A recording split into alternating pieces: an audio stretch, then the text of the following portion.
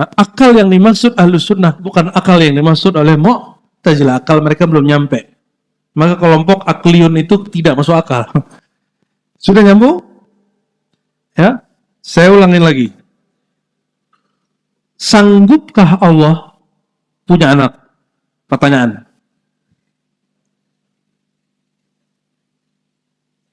Ini nguji akal, Pak. Sudah jam berapa ini? Ya. Sanggup kalau punya anak, Pak? Pak dosen ini mana Pak dosen? Sanggup. Oke, saya tampung aja dulu ya. Ada yang bilang sanggup atau tidak sanggup? Sanggup. Sanggup Allah punya anak. Oke, ada yang bilang tidak sanggup? Hah? Ya, berarti memang wajib ngaji begini nih.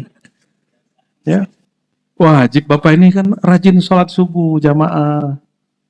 Ya, artinya secara kesolehan zahir sudah dapat. Soleh akalnya belum, Pak. Akalnya belum soleh, Pak. Allah sanggup gak punya anak? Bapak ini berbentur di kepalanya. Kalau aku bilang tak sanggup, berarti aku tidak meyakini sifat Allah berkudrat. Gitu, Pak ya.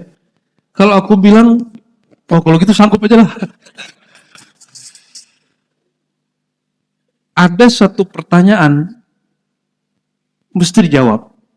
Iya dan tidak. Ada satu pertanyaan, pertanyaannya nggak boleh dijawab iya dan tidak, tapi kembalikan kepada orangnya lalu kita bilang, bro, pertanyaanmu salah.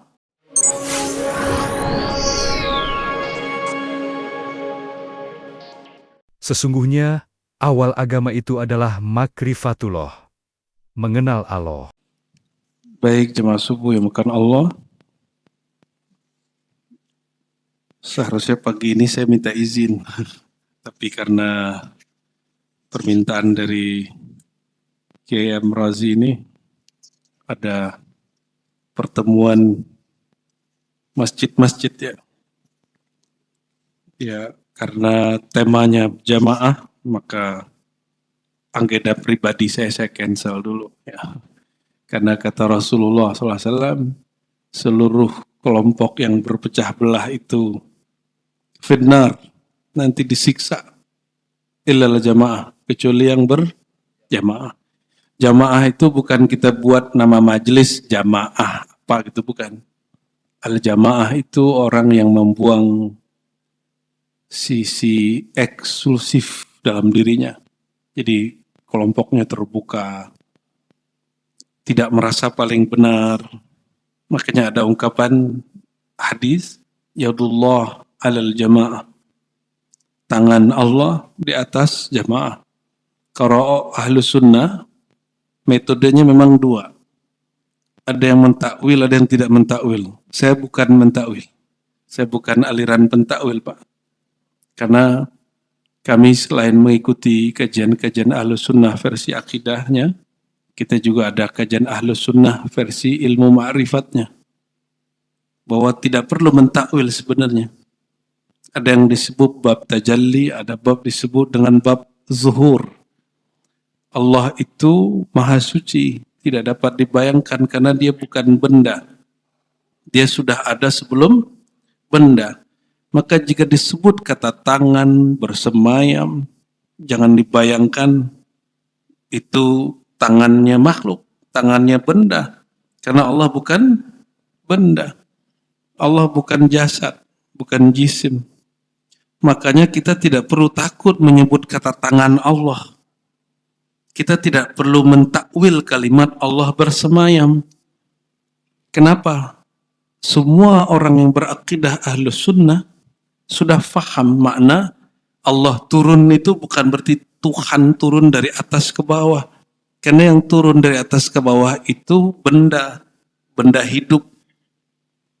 Kalau Allah itu zat yang menciptakan benda hidup itu. Bahkan yang menciptakan kata turun itu sendiri. Ya. Maka ada yang disebut tajalli. Ya. Namun karena orang belum ketemu polanya, misalnya ada ayat Allah, jika kamu mendekat kepadaku, ini hadis qudsi, jika kamu mendekat kepadaku, sejengkal aku datang kepadamu, sahasta. Jika engkau datang kepadaku berjalan, aku datang kepadamu berlari. Dalam pandangan awam, berlari itu ya lari. Tapi kalau kita faham, kita lari dengan jasad. Allah lari bukan dengan jasad. Yang dimaksud adalah, baru boleh memaknai, mentakwil. Isbatkan dulu sifatnya, tetapkan dulu sifatnya, jangan kemudian langsung ditakwil-takwil. Kadang hari ini banyak orang berahlus sunnah, tapi malah dia terjebak kepada aliran baru namanya Mu'tazilah, tapi Mu'tazilah neo ala sunni-sunnian. Ya, kita nggak mau begitu. Ini kalau beres Pak, sunni, ahlus sunnah kita sewaja dengan salafi nggak akan banyak bentrok. Ya, cuma karena kita nggak mau masuk ke sana, mulai aja pembahasan serius, udahlah Ustadz, nggak usah bahas yang tinggi-tinggi. Ya, tapi di sini kajiannya agak tinggi Pak ya, mohon maaf. Ini setiap pagi pertama Ahad kita buka kitab kajian kitab Ahlus Sunnah wal Jamaah. Dan kita sudah pernah buka kitab akidah tertua, yaitu akidah Abu Hanifah. Abu Hanifah wafat 150 Hijriah. Beliau lebih awal menulis tentang akidah Ahlus Sunnah wal Jamaah. Abu Hanifah, imam mazhab pertama, nulis akidah. Lalu di kalangan Syafi'i, jadi banyak yang bertanya, kamu imam ikut Syafi'i tapi akidahmu tidak akidah Syafi'i. Itu pertanyaan bodoh. Nah, itu bisa menjebak orang ahlu sunnah yang awam. Iya ya, saya ini Syafi'i, tapi akidah saya tidak Syafi'i, akidah saya kok Asy'ari. Gitu Ustaz. Gimana tuh? Nah, ini persoalannya. Jadi itu disebut pertanyaan tidak logis. Makanya belajar mantik sesekali. Sesekali kita pakai mantik Pak di sini. Karena muqaddimah akidah Ahlussunnah belajar mantik. Mantik itu ilmu logika. Biar tidak hanya Rocky Gerung yang bicara logika Pak. Ya, orang Islam itu basic mantik logikanya kuat, aslinya. Semenjak muncul pemahaman filsafat itu haram, mantik logika itu haram, ilmu logika diambil oleh orang-orang gereja. Menurut Bapak, Tuhan beranak masuk akal nggak? Logis nggak? Tapi mereka ambil Thomas Aquinas belajar ke orang Islam, Ibnu Maimonides itu orang Yahudi belajar ke Ibn Rushd, ilmunya dibawa ke Yahudi dan Kristiani, orang Islam tinggal dengan kebodohannya karena mengharamkan filsafat, mengharamkan mantik, mereka berjaya. Maka yang kemudian kejadian kemajuan di Barat itu nggak serta-merta terjadi begitu. Tapi ada asbab yang panjang di belakangnya. Hari ini kita buat pengajian agak serius sedikit, itu jamaah langsung bilang, saya masuk ke stan Pak, saya kecewa dengan orang-orang itu. Mereka minta tema yang berat, kita buka kajian berat, tiba-tiba ada bapak-bapak seumuran kiai, Buya itu ketinggian. Loh, mahasiswa yang muda-muda menikmati, dia bilang ketinggian. Oh ternyata ini orang beragamanya bukan dengan ilmu, tapi dengan emosi. Ini saya sengaja sebut biar jadi perhatian orang-orang stan. Anda ini sibuk ngitung-ngitung tapi merupakan logika orang beragama. Ya, akhirnya kita ajak berpikir serius, dipikir ketinggian. Oh wajar orang begini kalau nanti kesadaran beragamanya muncul, dia akan memandang ustadz dengan angka. Ya, ustadz kebetulan lagi butuh angka ya, dia manfaatin. Nauzubillah summa na'udzubillah. Termasuk kuantitas-kuantitas. Hari ini saya senang orang, mohon maaf Bapak Ibu, saya concern juga kajian-kajian filantropi. Tapi kita ini korban media. Bapak, mohon maaf, kita sering disajikan pertempuran di negara mana, tapi kita tidak dibuka matanya bahwa ada korban di wilayah lain, sesama muslim, tempat wilayah sahabat Nabi hijrah, tapi tidak diekspos. Korbannya 70, bahkan 70.000 kali lebih besar gitu daripada wilayah kecil yang kita sekarang sebut-sebut di media. Tapi orang nggak mau speak up. Ya, dan itu yang saya lawan sebenarnya. Ya, karena saya tidak harus popularitas Bapak Ibu. Saya tidak cari dicinta orang, saya hanya cari cinta Allah. Jadi banyak ustadz itu bertanya sesama kita diskusi, pertanyaannya sederhana, kamu nggak takut buka bab ini, buka isu itu, lalu kamu dibenci orang? Jawaban saya sederhana, kita tidak cari ridha makhluk, kita hanya cari ridha Allah. Qul haq walau kana murran. Ya, kebenaran harus kita sampaikan walaupun pahit. Walaupun nanti kiai dicaci maki orang, nggak usah takut. Ya, jadi Tuhannya kiai kadang berubah dari Allah menjadi jamaah. Wah, nggak enak nanti ditinggal jamaah. Ya salam, itu akidahnya harus dibenerin lagi. Ya, ngajar ahlu sunnah tapi Tuhannya bukan Allah tapi jamaahnya. Nah, itu yang kemudian harus dibenerin. Bapak Ibu yang bukan Allah, di sini sebagai informasi, ini sudah kitab yang ketiga. Sebelumnya Qawaidul Aqaid Imam Ghazali, kita buka beberapa pertemuan, dan pada pagi ini sudah pertemuan keempat atau kelima, masuk kitab Aqidah Ahlus Sunnah yang ditulis Imam As-Sanusi. Ya, biasa orang kenal Ummul Barahin. Ini kitab biasa dipakai di Al-Azhar, dipakai di pesantren-pesantren tua. Makanya Gus Dur waktu ke Al-Azhar dia bilang, ini mah belajar kitab gue udah hafal semua katanya. Makanya Gus Dur pergi ke Irak, dikira kitabnya baru lagi lah sama aja. Tapi kitab ini menjadi standar orang berahlus sunnah di pesantren sampai ke kampus-kampus tua yang ada di dunia. Ada yang lebih tua dari Al-Azhar, yaitu Zaituna, itu di daerah Tunis, itu juga puncak ngaji kitabnya di Ummul Barahin. Ya. Dan Bapak Ibu, kita concern sekali untuk merawat ahlus sunnah di masjid-masjid. Maka pengurus masjid saya tanya, siap nggak jadi corong ahlus sunnah wal jamaah? Ternyata insya Allah siap. Ya udah, kita siapkan waktu insya Allah sekali sebulan, saya sampaikan begitu. Kita bedah kitab-kitab ahlus sunnah wal jamaah. Karena ini jadi PR, orang berahlus sunnah itu lebih banyak kepada isu, bukan kepada konsep berpikir. Sehingga kalau isunya berubah, ahlus sunnahnya berubah. Ya, mohon maaf Bapak Ibu, keberagamaan kita lebih banyak berdasarkan mendengarkan isu, benar nggak? Apa yang viral. Dan kita tidak mau beragama itu yang agak serius-serius sedikit. Maka saya ngajak, ayo kalau beragama agak serius. Kenapa? Allah itu paling sering bicara serius di Quran dan mengatakan afala ta'qilun, apa kamu tidak berpikir? Tapi pikiran, akal tidak boleh salah kamar. Kamar dia bukan tentang zat. Tidak boleh bicara zat Tuhan di situ. Akidah itu berbicara tentang meyakini apa yang berkaitan dengan zat Allah, bukan memikirkan zat Allah. Dan kita sudah masuk kepada beberapa muqaddimah, bahkan kita bawa kitab muqaddimah dari kitab ini, kitab Sukra judulnya, yang juga ditulis oleh beliau. Insya Allah pada pagi ini, setelah membahas muqaddimah, mungkin Bapak Ibu pernah mendengar hukum akli, hukum nakli, hukum adi. Ya, itu disebut perangkat akal. Itu sudah kita bahas berkali-kalinya, untuk sekedar memanas-manaskan kepala. Hukum akli, hukum syar'i, hukum adi. Itu perbedaannya apa, Pak? Hukum akli, apa tugas akal? Akal itu bertugas isbatu syai' wa nafyuhu, menetapkan sesuatu ada atau dia tiada.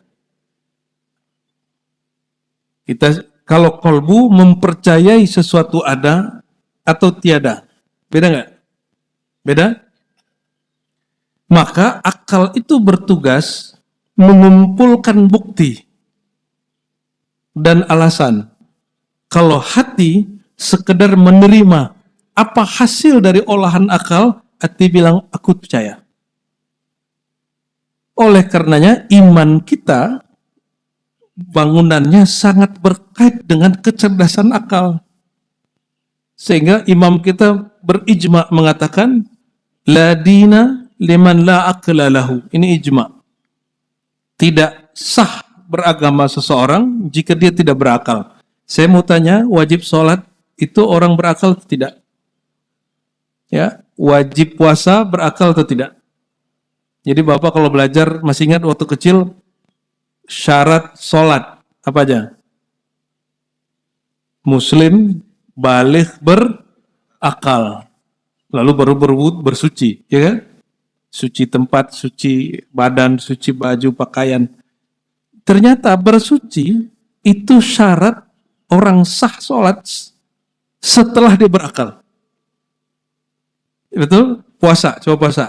Puasa syaratnya pertama apa? Muslim, baligh, berakal, sehat. Betul nggak? Haji, Muslim, baligh, berakal, sanggup. Berakal semua. Bapak sudah Muslim, sudah baligh, cuma akalnya kurang dirawat, itu aja. Akhirnya beragamanya sesuai dengan apa yang muncul di TikTok. Bukan yang muncul di kepalanya. Yang kepalanya perlu diketok dikit. Oleh karena itu kami beberapa ikhwan, para asatis ya, ini bersepakat untuk bikin apa? Kita harus siap getok otak kita sendiri dan otak jamaah kita. Ya, dia marah juga nggak apa-apa, ntar juga dia seneng gitu. Kenapa? Karena semua syarat-syarat yang ada di dalam fikih, usul fikih, akidah, bermuara, berasal, bukan bermuara lagi, berhulu kepada akal, wajib ilmu akliyat ini kemudian dikembangkan lagi. Ya, itu secara umum, Pak. Itu bab akal. Maka akal itu kalau punya hukum, pertama disebut wajib akli, mustahil akli, boleh secara akli. Saya mau tanya, api membakar itu wajib secara akal atau tidak? Api membakar. Oh, jadi kalau api tidak membakar, nggak masuk akal. Berarti ada ayat di Quran nggak masuk akal, Pak. Nabi Ibrahim cemplungin ke api nggak kebakar, nggak masuk akal ada Quran. Kalau ada di Quran ayat tidak masuk akal, itu bukan ayatnya nggak masalah. Akal Bapak nggak sampai. Karena Quran itu diturunkan oleh zat yang menciptakan akal itu sendiri dan dia menjadikan akal sebagai alat mediasi memahami kalamnya. Dan tidak mungkin dia menciptakan alat ini kalau tidak sesuai dengan kalamnya ini. Gimana? Api wajib membakar secara akli, secara akal atau tidak? Iya, secara akal. Ini kejebak lagi nih Ustaz. Maka ada namanya hukum akli, hukum syar'i, hukum adi. Hukum adi ini hukum eksak. Hukum alam. Api membakar itu hukum akal, hukum syariat, apa hukum alam? Ulangi. Api membakar itu hukum akal, hukum syariat, atau hukum ya, yang mana Pak? Hukum alam. Hukum alam itu bahasa kerennya sunnatullah. Udah nyambung? Sudah nyambung nih? Oh, udah mulai nyambung. Bahasa Arabnya dalam kitab itu nggak dipakai hukum alam. Kenapa? Digunakan istilah yang berbeda dan langsung paham. Namanya hukum adat. Bukan adat istiadat. Adat atau adi itu bahasa Arab yang berarti ada ya'udu, adatan audatan, yang berulang-ulang. Karena setiap hari Bapak Ibu melihat api, kalau mengenai sesuatu dia membakar, berulang-ulang ma'atikrarihi, gitu ya. Dia berulang-ulang setiap hari, fatahkum alaihi bi anna nar muhriqah. Maka engkau secara kasat mata menghukumi api itu membakar. Tapi kalau orang berakal, dia akan lihat kejadian di alam semesta bahwa ada 1, 2, 3 masa terjadi, api tidak membakar. Kalau Bapak tidak percaya dengan saya, cukup percaya Quran. Bahwa adakah ayat di Quran sekali saja bahwa api tidak membakar? Ada? Ada. Kisah siapa? Apakah Quran tidak masuk akal? Quran sedang membongkar hukum adi, bukan hukum. Jadi Quran sedang menjelaskan, oh kalian jangan berpikir dengan hukum adi. Kalau berpikir dengan hukum akli. Nyambung sudah? Nyambung? Itu tes biar panas aja Pak. Karena pada ngantuk nih. Ya, orang Islam itu dengan orang Kristiani, orang Yahudi, otaknya sama kan? Yang beda apa? Doktrin yang beda. Muka, emang ada muka orang Islam? Ada Pak? Ini tinggal dikasih salib aja depannya langsung jadi kayak non-muslim, walaupun kiai kan? Nah, ini karena kita pakai rida, pakai kopiah, pakai gamis. Bapak kalau ke Irak, orang baca Injil, itu iramanya sama kayak sholawat. Ya. Ya Rasulullah, mereka di situ juga pakai haleluya, gitu sama. Jadi jangan terjebak lagi dengan performan penampilan, isi ini yang mesti dibenerin. Karena dia berkait dengan apa yang kita percaya nanti.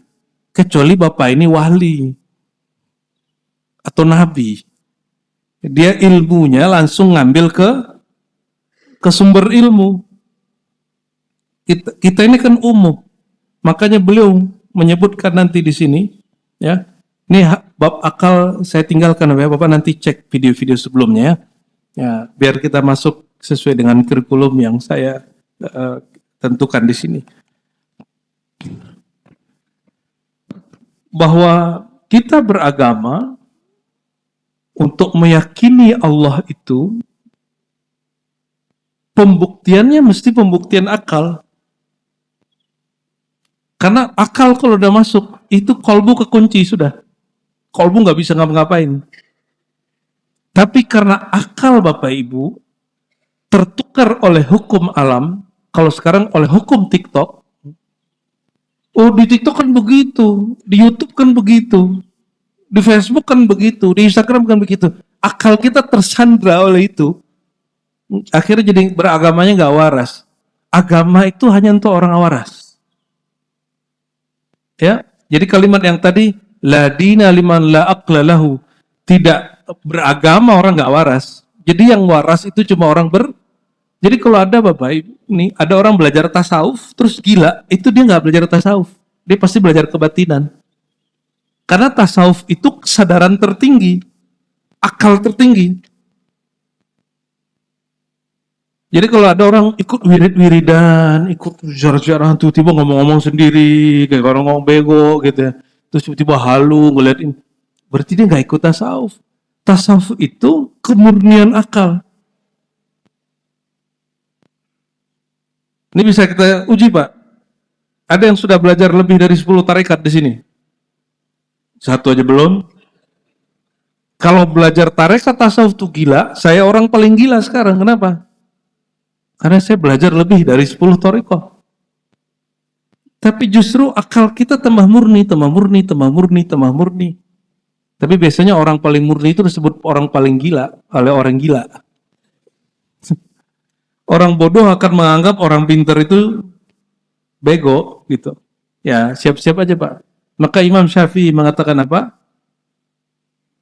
Aku siap kalah berdebat dengan orang bodoh.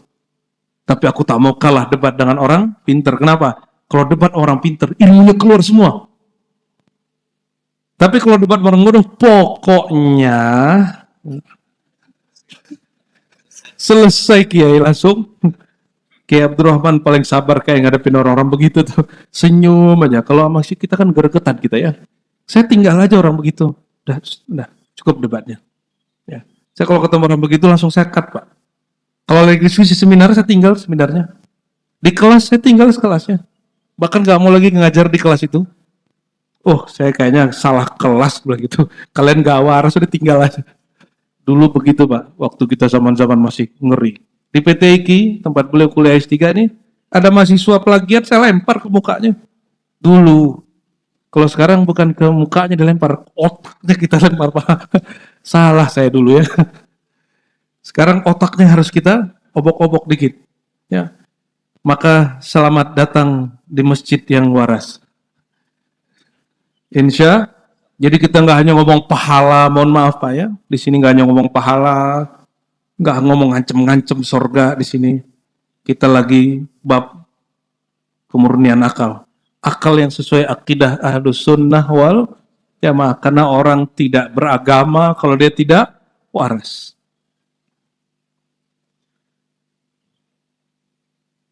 Al-kalam alal mukallaf ya. Pembahasan mengenai mukallaf. Orang yang mukallaf, apa arti mukallaf? Ya, sebelumnya kita baca bismillah dan Al-Fatihah, kita kirimkan untuk Imam Sanusi dan Nabi SAW. Al-Fatihah. Ya, Al-mukallaf artinya orang yang diberi beban oleh Allah. Tugas. Bapak Ibu ini sudah mukallaf atau belum? Sudah dapat tugas dari Allah atau belum? Sudah. Maka siapa yang disebut mukallaf? Muslim, baligh, berakal, dan ada kesanggupan untuk melakukan tugas. Ahliyatun lil ada. Siapa aja Pak? Muslim, baligh, berakal, ada kesanggupan. Oke? Berarti Bapak ini mukal. Kalau azan subuh, berarti dapat tugas ngapain? Sholat 2 rakaat. Tapi orang bertugas, kalau belum mengenal tugasnya, dia terbebani. Seperti Bapak Ibu ini, bekerja itu kalau sudah bulan-bulan akhir, itu kayaknya tersiksa. Ya, betul nggak? Udahlah gajinya mau habis, jangan-jangan pakai kartu kredit ujung-ujungnya. Tapi kalau dia tahu tugasnya, pikirannya nggak mau kemudian jam 4 nggak pengen pulang dulu. Mau akhir-akhir bulan dia biasa aja. Kenapa kemudian orang merasa terbebani dengan tugasnya? Karena dia belum tahu yang dikerjakan itu dalam skala besar efeknya apa. Ya, Bapak ini buang sampah sembarangan. Orang kalau disuruh ambil sampahnya, dia terbebani. Tapi kalau dia berpikir secara umum, jika ada 1.000 orang buang puntung rokok sembarangan, jika ada 1.000 orang buang sampah sembarangan, apa yang terjadi? Dan itu dilakukan setiap hari. Tapi kita mikir, paling gue doang. Ada makanan, buang tepi jalan, gitu kan? Dan itu ada 1 juta orang tiap pagi di Cinere lewat di sini. Itu kira-kira sampahnya gimana Pak? Jadi kita kadang-kadang hal yang besar itu dimulai dari yang kecil-kecil. Nah, mukallaf itu ada 2 jenis. Ada mukallaf yang tidak mengenal tujuannya, ada yang mukallaf yang al-arif bi amrihi, yang dia tahu tugasnya. Nyambung sudah? Nabi itu sholat karena tugas atau karena tanda terima kasih kepada Allah? Makanya Nabi sholatnya tak terhitung. Kalau Bapak ini, kalau bisa, sholat witir yang paling kecil angkanya, ya kan? 1 rakaat, 3 rakaat. Kalau zakat itu selalu nanya sama kiai, supaya pertanyaannya menghindari dari angka yang besar. Jadi bertanya bab zakat itu biar tidak kena bayar zakat. Ya. Jadi kita beragama itu kalau si pertanyaan selalu yang menguntungkan diri kita. Karena dia menganggap agama itu beban. Pergi haji umroh bukan mau ibadah, tapi jalan-jalan seperti lewat padang pasir. Jujur aja Pak, hari ini yang dikhawatirkan oleh wala aulia zaman dahulu, nanti kamu lihat akhir zaman, orang haji umroh itu wisata. Betul nggak? Nah, kita jangan sampai itu. Orang berakal, beragama nggak begitu. Maka ada mukallaf. Mukallaf itu dia kena takrif, kena taklif. Dia kena beban. Ada al-muhib, al-arif. Orang pencinta, orang yang mengerti apa tugas dia. Ini beda mukallaf. Mukallaf itu karena taklif, kalau pencinta karena takrif. Karena dia sudah kenal tujuan hidupnya. Kalau Bapak Ibu sudah kenal manfaat jalan pagi, disuruh-suruh nggak jalan pagi? Kalau sudah tahu manfaat Qiyamul Lail, kira-kira masih diancam dulu nggak mau Ustaz? Ya. Atau diiming-imingi dulu surga, diimingi dulu bidadari yang cantik-cantik gitu ya. Itu, atau diimingi dulu duha supaya rezeki lancar, masih begitu? Kalau masih begitu, kita belum masuk beragamanya bab ta'rif mengenal. Masih taklif, masih apa? Beban. Tapi lumayan, akalnya harus dikasih beban. Apa kata beliau? Yang wajib bagi mukallaf ketika dia awal mengatakan aku percaya kepada Allah, apa yang dia harus tahu? Yajibu ala kulli mukallafin syar'an, secara syariat, an ta'rifa ma yajibu fi haqqi maulana jalla wa azza. Mengenal apa yang wajib diketahui pada diri Allah, pada zat Allah, pada sifat Allah. Apa yang wajib pada Allah, Pak? Yang mesti ada di pikiran kita tentang Allah, apa? Apa? Hah? Wujud. Oke, bagus. Qidam bako, oke. Berarti udah ngaji sebelumnya. Sekarang kita belajar basicnya. Apa latar belakang wujud segala macam ini yang harus dibuka. Biar wujud qidam bako ini bukan hanya sekedar hafalan. Dan kita sudah bagus melihat masjid-masjid kita di Indonesia kebanyakan mendendangkan wujud qidam bako. Ini tanda ahlus sunnah berakar. Tapi kok banyak juga masjid yang kemudian ahlus sunnahnya itu masih lagu sifat 20. Belum ahlus sunnah, akalnya belum ahlus sunnah, apalagi kolbunya. Apa yang terjadi? Digoyang dikit isu-isu beragama, goyang, pecah. Ya, artinya beragamanya masih di lagu. Nah, lalu beliau mengatakan tidak hanya yang wajib pada Allah, yang mustahil dan juga yang boleh. Ya, ini sebagai contoh. Ini hukum akli, Pak, yang berkait dengan syariat. Allah menyiksa orang yang taat. Boleh atau tidak? Wajibkah Allah memasukkan orang taat ke surga? Wajib nggak? Wajibkah Allah menyiksa pemaksiat? Wajib nggak? Wajib. Nah, ini kenal lagi, Pak. Wajibkah Allah memasukkan orang taat ke surga? Ini orang Cinere, orang Depok mulai berbeda pendapat ini dan pendapatan. Wajibkah Allah menyiksa orang yang maksiat? Tapi kalau saya ganti boleh, Pak. Wajibkah Allah memasukkan orang beriman surga? Itu baru Bapak boleh bilang wajib. Wajibkah Allah memasukkan orang kafir, nyiksa orang kafir di neraka? Itu wajib. Kalimatnya bukan itu. Wajibkah Allah memasukkan orang yang taat ke surga? Atau kita balik, bolehkah Allah memasukkan pemaksiat ke surga? Nah, ini akalnya agak masuk nih. Berarti Bapak ini masuknya di hukum jaiz. Di hukum wajib kena. Di hukum mustahil kena. Sukanya di jaiz-jaiz. Berarti Bapak ini suka ngeles kalau baca hukum. Ya, jadi hukum 3 tadi apa? Wajib, mustahil, akli. Ini bukan hukum perdata pidana apa ya? Ini hukum akli. Wajib, mustahil, jaiz.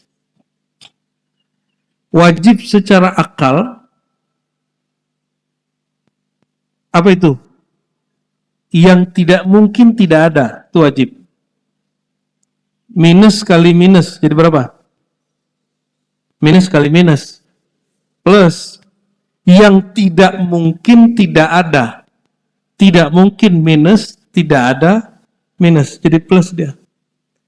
Tidak mungkin tidak ada, berarti dia ada apa enggak ada? Tidak mungkin tidak ada. Ada apa tidak ada? Akal itu menolak, dia tidak ada, berarti dia ada. Sudah nyambung? Kalau mustahil itu tidak mungkin ada. Nyambung? Allah ini punya bini. punya anak. Ya, jangankan Tuhan, raja punya bini, bininya lebih dari satu, Pak. Ya, apalagi Allah, ntar bininya banyak. Ntar bini-bini cemburu-cemburu lagi. Ya, raja punya anak, anaknya bertengkar nggak? Berebut kekuasaan. Jangankan di zaman sebelum Islam. Itu Turki Utsmani yang Bapak yang kena TikTok itu ya. Karena mengenal Turki Utsmani lewat TikTok dan YouTube, akhirnya menggebu-gebu mencintai Muhammad Al-Fatih. Bapak tidak tahu kalau dia membunuh saudara dia sendiri, membunuh keluarga sendiri untuk menjadi seorang khalifah. Mengerikan nggak? Jadi kalau Tuhan beranak, kok bisa-bisa anak Tuhan bertengkar, Pak? Seperti film-film Zeus, ya. Apalagi tuh. Tuhan bawa palu. Lucu juga Tuhan bawa palu, ya. Anak Tuhan itu. Tapi kita terhibur, Pak. Jadi nonton begitu, udah tahu dikebulin, terhibur lagi. Jadi akal ini suka dihibur, emang. Akalnya sudah tahu, aku dibohongin nih. Tapi menikmati. Karena ada alat yang perlu dihibur, yaitu pandangan mata.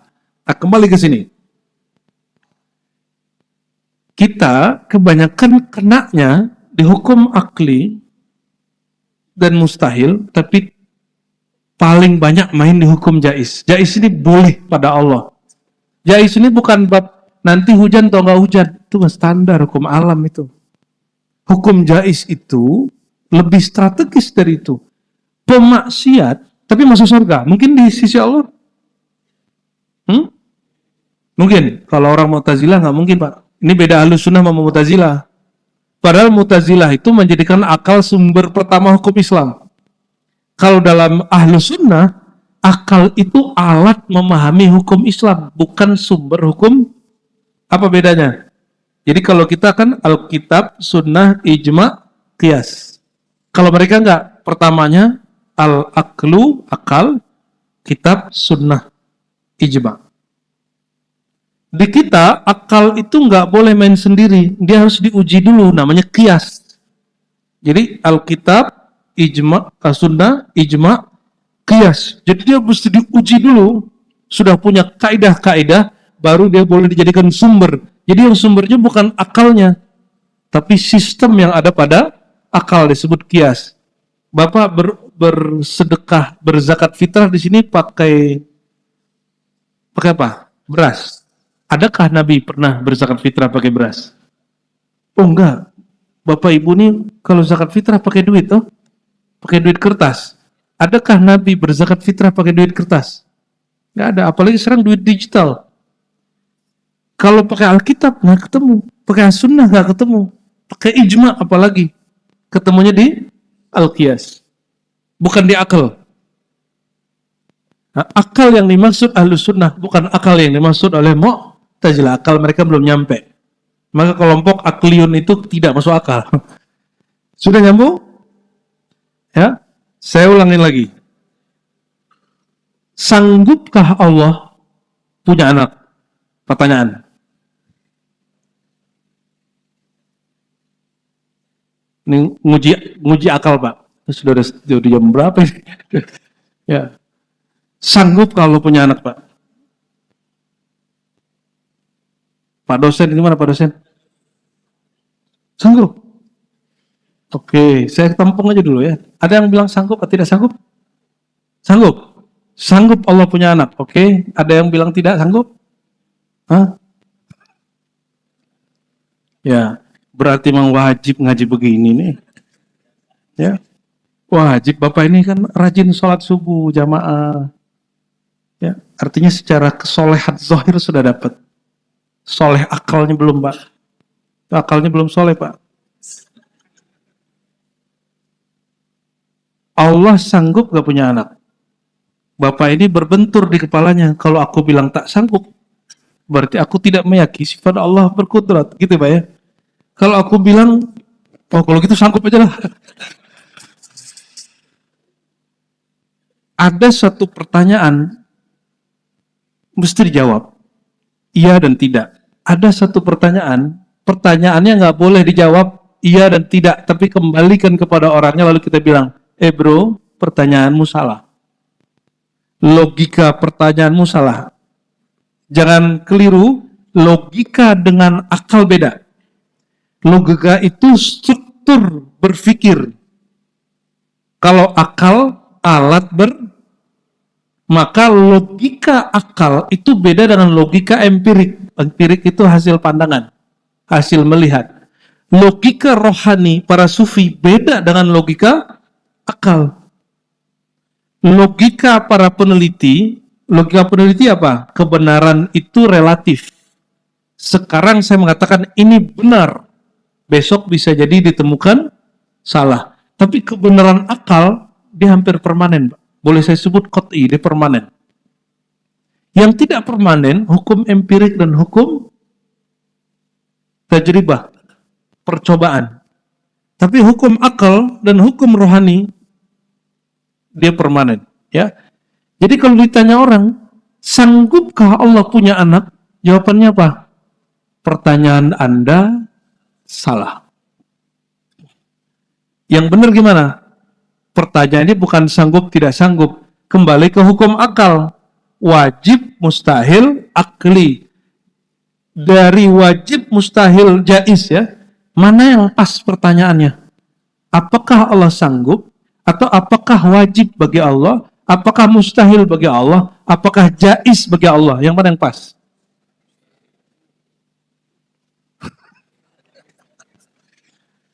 Lagi. Sanggupkah Allah punya anak? Wajibkah Allah punya anak? Mustahilkah Allah punya anak? Mana yang pas pertanyaannya? Tuh, biar akalnya nyambung, Mbak. Nyambung sudah? Berarti ada satu bagian di, mohon maaf, di otak Bapak itu sekarang udah kebuka nyambung deh. Plak, nyambung, sudah. Jadi kalau dengar orang podcast, jangan langsung ditelan. Dengar ceramah, jangan langsung ditelan. Otaknya harus ngelawan dulu, kasih pertanyaan dulu di sini. Jangan langsung diimani, dipercaya. Ya, disaring dulu. Ah, ini dia tukang saringnya. Otak itu nyimpan memori, di situ ada satu sistem yang Allah ciptakan yang disebut akal. Ini yang harus kita rawat, Bapak Ibu. Ya, namun kita lebih banyak mendengar kata-kata orang daripada kata-kata yang di sini. Ya, ini yang membuat jangankan Bapak, Ustadz aja nggak pede sama akalnya sendiri. Sehingga buat pengajian nggak pernah, mohon maaf, teman saya para asatidz nggak mau buka kitab.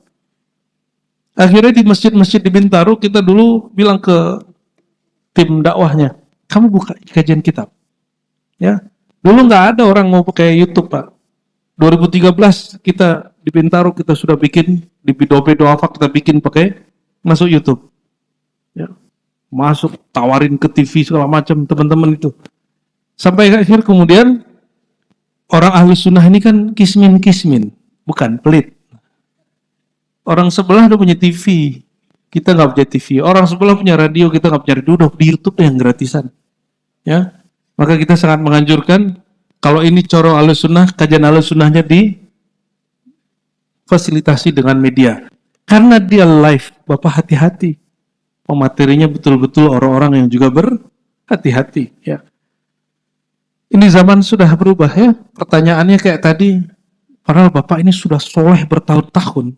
Pertanyaan begini, kalau Bapak bilang Allah sanggup, berarti Allah punya anak, Pak.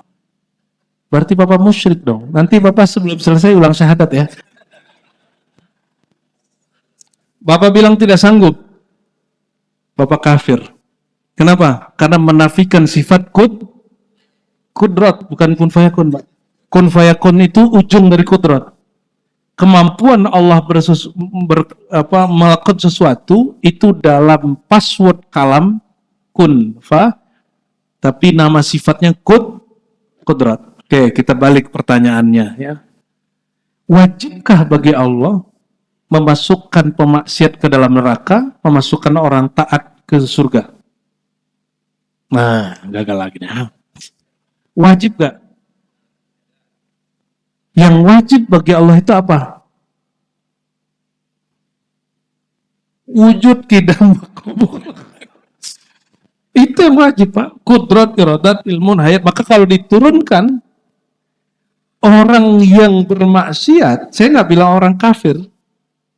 Ini perbedaan logika kita dengan Mu'tazilah. Mu'tazilah itu kalau orang bermaksiat, tidak tobat, maka dia kekal masuk neraka. Kalau kelompok ekstrim Khawarij, yang sekarang menjadi akidah kelompok teroris, orang bermaksiat beda faham kafir.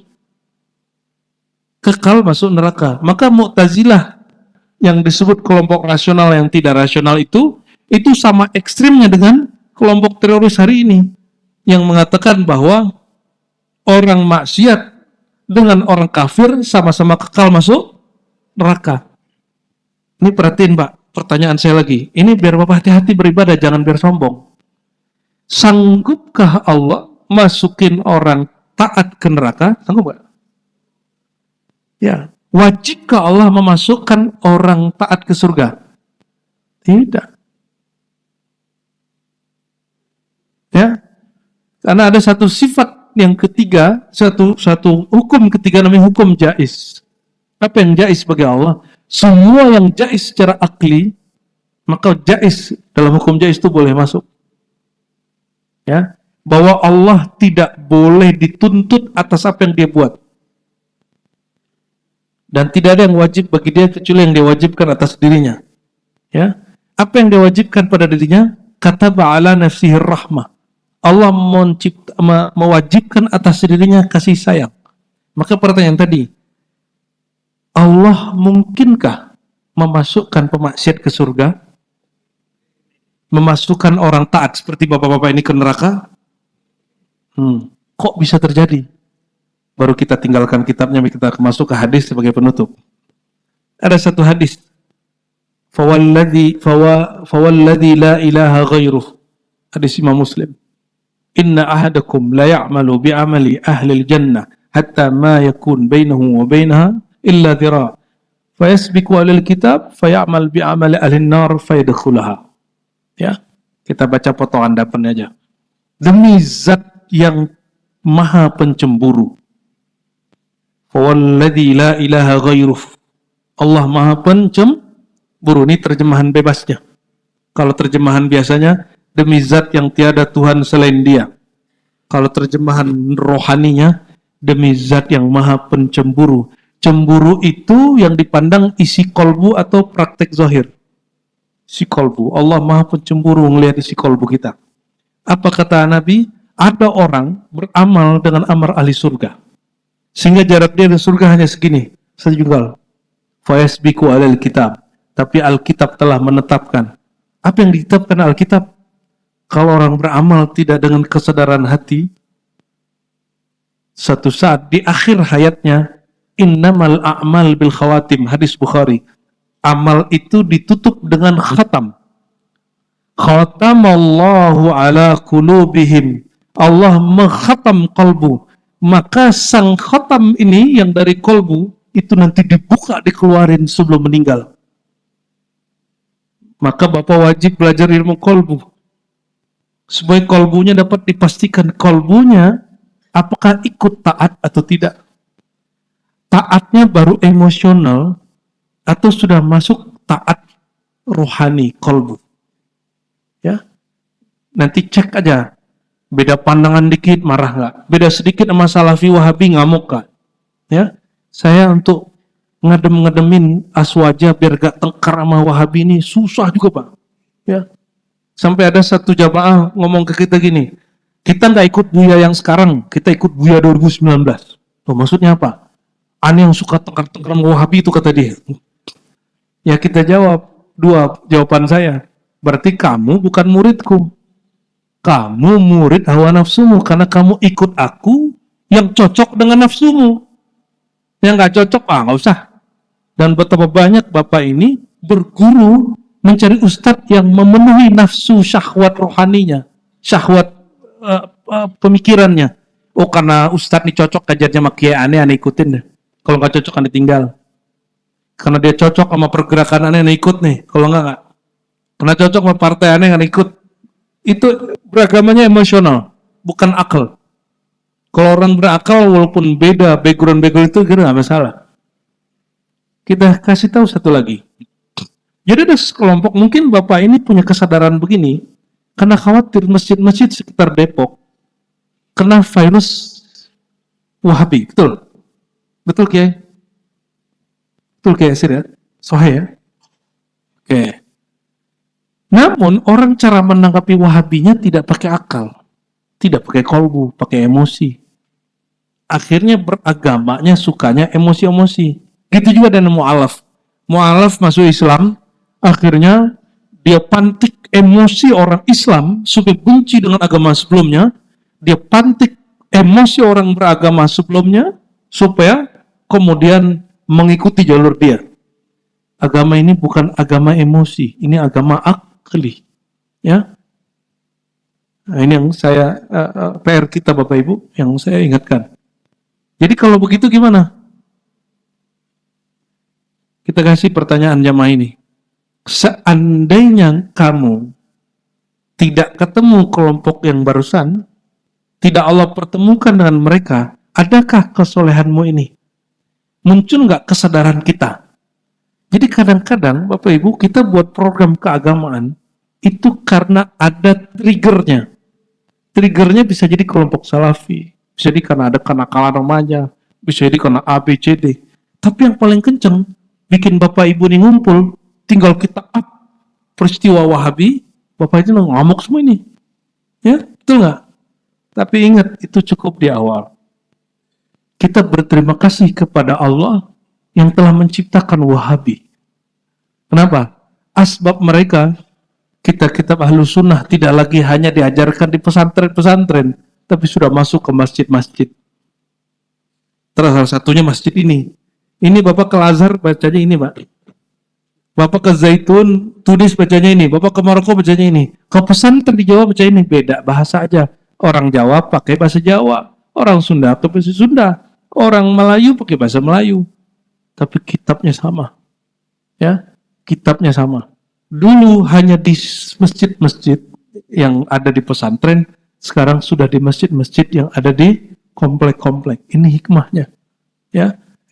Maka kita tidak lagi benci kepada Wahabi, tidak lagi benci kepada Salafi, justru kita terima kasih Pak. Jadi nanti siang Bapak kalau ketemu yang celananya jingkrang itu, Bapak senyumin dan salam, terima kasih akhi, asbab ente aneh jadi sadar beragama.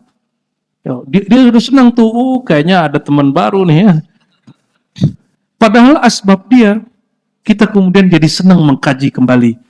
Dia membid'ahkan maulid, dia membid'ahkan tahlil, mengatakan syirik, tawassul. Akhirnya kita ngaji, buka lagi kitab. Bahwa tawassul ternyata tidak syirik. Maulid bukan lagi bid'ah, wajib. Maulid itu wajib Pak hukumnya. Orang kalau di suatu negara tidak ikut merayakan kemerdekaan lahir negara itu, dicurigai nggak itu orang? Apa itu orang? Ekstremis. Orang itu kalau di Malaysia Pak, di Singapura, di Brunei, itu orang bisa hilang tuh. Suruh dia khotbah, belum turun udah diambil. Ya, teman-teman saya di sana, di Jiran, itu muji-muji tokoh kiai atau habib yang ekstrem-ekstrem itu, yang menggongrong keutuhan NKRI kita. Saya kasih pertanyaan mereka, kalau itu ada di Brunei gimana? Di Singapura gimana? Di Malaysia gimana? Oh, kata dia, belum selesai khotbah udah hilang katanya. Berarti dia nggak mau lagi muji-muji orang yang ekstrim itu. Jadi kita Indonesia bebas semua, karena bebas siapa aja naik. Saking bebasnya nggak perlu nanggapin lagi Pak, karena sebelum dia selesai sudah ada nanggapin ustadz yang baru lagi. Jadi pemerintah nggak perlu lagi turun tangan. Terakhir ya, terakhir. Karena ada di dalam hadis Nabi, orang beramal soleh secara kesolehan sosial, soleh secara fisik, tapi batin dia ternyata masih ada yang memicu gairahnya Allah. Maka Allah gunakan kalimat fawalladzi la ilaha ghairuh. Gairah itu artinya cemburu. Allah yanzuru ila qulubikum, Allah menatap ke dalam kolbu. Maka Bapak ketika kita beribadah, kesadarannya bukan lagi kesadaran emosional karena menanggapi Wahabi, karena ingin disebut pesantren Ahlus Sunnah, masjid Ahlus Sunnah, Tidak lagi. Tapi nanti Bapak harus tahu sampai kepada keilmuan, saya menyembah Allah ini karena emang aku hambanya, dia Tuhanku. Dia Tuhan dalam pengertian apa, itu yang harus dipelajari. Sehingga menyembah Tuhan itu lebih indah dari berangkat kerja. Lebih indah daripada Bapak malam pertama. Sholat itu lebih indah daripada menggauli pasangan kita yang baru kita temuin setelah sekian tahun gak jumpa. Bisa nggak begitu Pak? Tahajudnya, sholatnya, ya itu kalau sudah kenal. Tapi kalau belum sampai kepada kesadaran rohani itu dikhawatirkan. Yang Nabi sebutkan tadi, innamal a'mal bil khawatim. Amal itu tergantung kepada apa yang Allah khatamkan di kolbu. Ya, kalau dikhatamkan di kolbu adalah bab cinta, cinta itu yang keluar waktu sakaratul maut. Tapi jika yang di dalam ini beragama karena emosi, karena nggak enakan sama Kiai Abdurrahman Nasir, nggak enak sama pengurus, nggak enak, apa kata orang, nanti itu yang keluar sebelum meninggal. Semoga Allah menjadikan kita kolbunya, zahir batinnya sesuai dengan yang Ia ridhoi, yaitu menjadi hambanya yang sejati, menyembah karena Dia semata dan tidak membuatnya cemburu. Dan nas'alullah, kita mohon kepada Allah ayakhtimana bihusnul khitab. Allah tutup kita dengan amalan zahir batin yang Allah ridhai. Wa nas'alullah asyauqa ila liqa'ihi. Kita mohon kepada Allah dimunculkan rasa rindu berjumpa dengannya, rindu berjumpa dengan kekasihnya. Amin ya rabbal alamin. Wa sallallahu ala sayyidina Muhammad. Subhanakallahumma wa bihamdika asyhadu an la ilaha illa anta astaghfiruka wa atubu ilaih. Ulang syahadatnya Pak.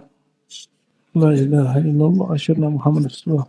Yang tadi mengatakan tidak, asyhadu an la ilaha illallah asyhadu Rasulullah, biar nanti keluarnya muslimnya sah lagi. Ini bukan canda loh Pak ya. Assalamualaikum warahmatullahi wabarakatuh.